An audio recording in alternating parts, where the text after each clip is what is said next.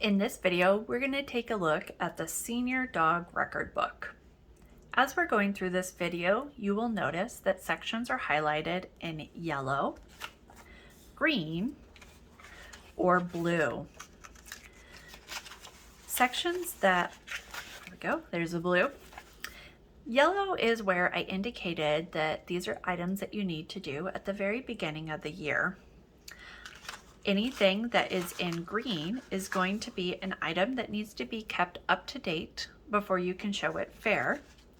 And the items in blue are going to be items that you complete after fair and before you turn in your project book for the end of your 4-H year. So to go ahead and get started, we're going to enter our start date and fill out the project information and things like that. I highly recommend that you print this, you write it down, you get your draft, you go back and whatever form you're going to do for your final book. And you just go ahead and take care of that right away, print it out, because you need to get these signatures done on the bottom. The project agreement is when you sit down with your guardian and you talk about what the project is and come to this agreement. So that needs to be done at the beginning of the year. Now you see there's also a blue section on this page, and that's saying, I say this book is done and complete and ready to go. Well, at the beginning of the year, our book isn't complete. So this is something that you need to have done at the end of the year. On the next page, we are going to go into another item that I highly recommend you type the information for this page or write it in your final copy, print it out, and put it in your final record book folder. The reason is because you have a dog project humane treatment policy, and this needs to be read through, signed, and dated at the beginning of your year. Don't forget to write the doggy's name right up here. As a senior, you are going to need to complete 2 project goals, 2 personal goals, and 2 service goals. The information for what that means is here. In addition to writing those goals, you'll need to write 3 steps to attain each goal. If you have any questions on what are good goals, or if you need a little bit of guidance, make sure to reach out to your guardian, your leader, or some other person that can help you to determine those things. As your goals continue on the next page, you'll also see some instructions if you have multiple dogs. I've indicated those pages in this book with stars, but if you forget which those are, which pages you need to print, do go ahead and take a look on this page. The next one we're going to get into is important names and contact information. You need to have this completed at the beginning of your 4-H year because when a situation arises, you need to have that information already available. The next section is going to have a yellow and a green. So in the yellow, we're going to complete all of that information at the beginning of our 4-H year. And then before fair, you go back and complete the green section. You can go ahead and read that instructions right here.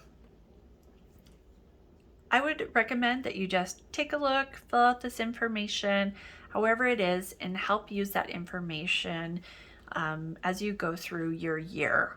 As somebody who's judging the books, I'm looking to see that you read, completed the information, and learned. If there's something that you recognize with your dog that you need to work on, that's okay. It's really good to find that out at the beginning of the year. On the next page, we are going to go over the body condition score. As you can see, this is one that you need to print for every dog that you have. It's extremely important that you take the time to read what this is asking for. The 4-H record book is asking for a scale of 1 to 5. Although most veterinarians and other organizations do use a scale of 1 to 10, it's important that you read the instructions in here and you give a score of 1 to 5. Please make sure to fill out the information at the bottom, and if you have any questions, this is a really good page to chat with your veterinarian about. The next page is also going to be one that you need to complete for every dog in your project. And this is going to be the feeding record. I do need to make a little note in here that we need to have how much as in a standard form of measurement. So by saying a scoop, that could mean an 1/8 of a cup coffee scoop, or that could mean a 3-cup big scoop that you get large volumes out of. So go ahead and use a standard form of measurement. Most of the time people will use cups. Make sure to take a look and fill out all the information on this page. If you are completing the book or this page and you don't have your dog's bag available, you can go ahead and take a look at that online. Most food manufacturing companies have this information online. There's going to be additional questions like, why is protein a requirement for dog? And that's something that you'll need to take a look at, discuss with a veterinarian or another leader to complete that information. The next page is going to be the healthcare record. Once again, 1 page per dog. And this information will include vet visits, monthly heartworm prevention, any kind of items that also would help keep the animal healthy, like grooming, nail trims, things like that. Do list the actual date versus just saying the first day of the month. It's unlikely that all of the healthcare items are going to fit on this 1 page, so I would recommend having additional pages ready as you're going throughout the year. In addition to the information here, you absolutely must have a copy of the rabies vaccination certificate in your book. The only form of proof that your dog has been vaccinated against rabies is a certificate that was signed by the veterinarian. Reminders, bills, dog tags, although those could be an indication that it was given, it is not going to be an official form of proof unless it is the certificate. The other 2 vaccines that are required for the show are parvo and distemper. Those we can accept multiple forms of proof, including the vial information if you gave the vaccines on your own. Make sure to put the information requested in the book. The next page we're going to take a look at is talking about the dog ID. It is extremely important that you get this done by May 1st. If your dog becomes due for a vaccine between the time that you submit this and the time before fair, you'll need to email the county in order to get that information updated. Waiting for your vaccines is not a good reason to wait on this. I would highly recommend getting this done right away. If you don't have it done, you can't show at fair. Please make sure to print the front page, or at least 1 page of your dog ID, and put it in here to show that you did complete that task. The next page is going to be supplies and equipment. So this one is going to be a page that you will start at the beginning of the year. So start with supplies on hand. And then as you purchase items throughout the year, go ahead and add those in here. Now, if you are given an item, it does still have a replacement value, so do make sure to put that information here. You will notice that in addition to start and keeping up to date, you'll have another item down at the bottom, and that is the total. Do not total until you are at the very end of your year before you turn in your book. Also, it is very unlikely that you will be able to fit all of your supplies, equipment, and items on 1 page. So this is one that is very good to go ahead and start with multiple pages when you're printing it out at the beginning of the year. The next page here is going to be the expense record. Anytime you have an expense related to your dog project, you'll want to go ahead and put that information in here. As a senior, you'll see that you have a special category here that says total mileage expenses taken from the activity log. So I'll show you that information, but don't forget we need to come back to this page. So blue make sure not to do your totals until the end of your project year after fair. The next page we're going to take a look at is income.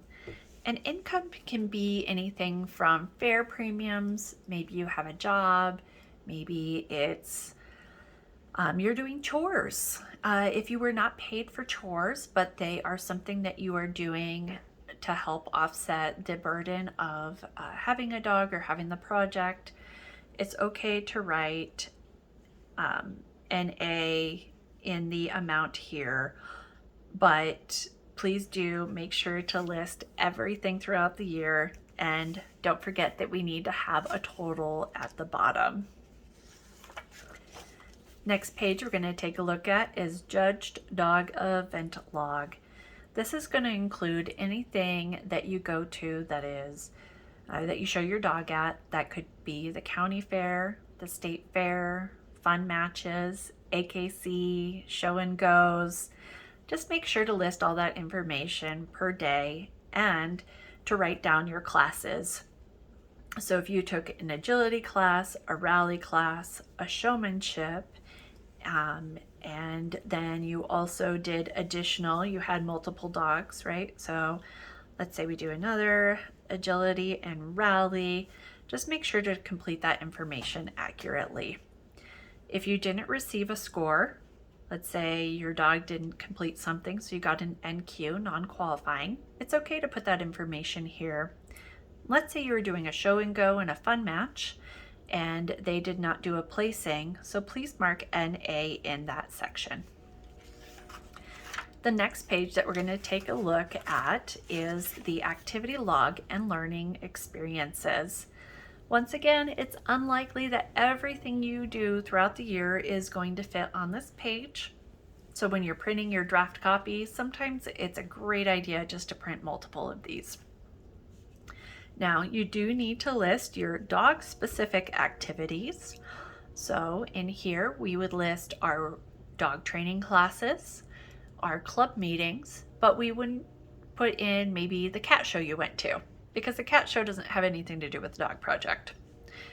For seniors, it is extremely important that you put the mileage, and you're going to total the mileage, look up the standard mileage rate, and calculate that and put it back on our expense page.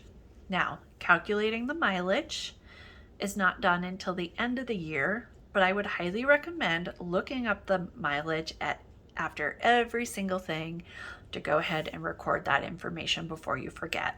Let's say you forgot, go ahead and use Google Maps, find how many miles it is, and to fill out that information afterwards. The next section we're going to take a look at is one that you do have to complete for each dog, and this one is the dog training evaluation log. As you see here, we have a section that needs to be done at the beginning of the year, but then this last section should be done before you turn in your book. So it is going to be after fair. Now, do make sure that you list all the activities that you are involved with, all the specific skills your dog has to learn. So instead of writing beginner novice, I went on to the Colorado State 4-H website and I found the contest score sheets. And so what we do here is then write that information directly here. So heel on leash, figure 8, sit for exam, sit stay, and recall on leash are all written here instead of saying beginner novice. When I went to agility, I listed every single obstacle that my dog would need to learn in order to compete in agility. And then this last section were all the different skills that me and my dog need to practice for showmanship. So I need to be able to stack my dog, do free stack, patterns, and things like that. Now, we're almost done.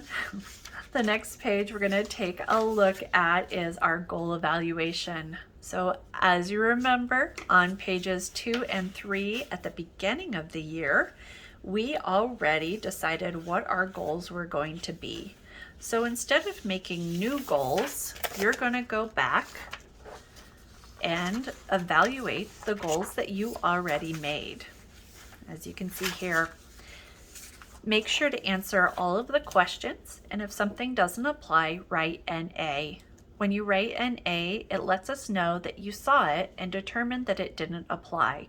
If you were just to leave it blank, we're not sure if you skipped it or if it didn't apply. As you see, this is blue, which means that you'll complete this at the end of the year, after fair, and before you turn in your record book. Next page here is going to be photographs from your 4-H project. Please make sure to read the instructions. On this one, we need 4 pictures, a descriptive caption. We can have a maximum of 2 separate pages, and we only want photos related to the dog project. You can either print photos and adhere them to pages, or you can use different online resources or Microsoft Word, places like that, in order to just go ahead and put the photographs in digitally and then print them out. Make sure to put a caption, and although it's not required, I highly recommend that you use a date on all of your photos. Record books are really good when you want to go back and see what happened, and if you don't have a date on there, it can be really hard to determine what actually was going on at that time. So although it's not required, I highly recommend you put a date on everything. Now the last page in your book is going to talk about the 4-H story, and as a senior, you need to complete a minimum of 1 page. As you see below, these are some questions to help you write the story, but we don't want you just writing those answers directly. Now there's a lot of different resources for helping to write this. You can go ahead and take a look on our website at some of the ones that we have.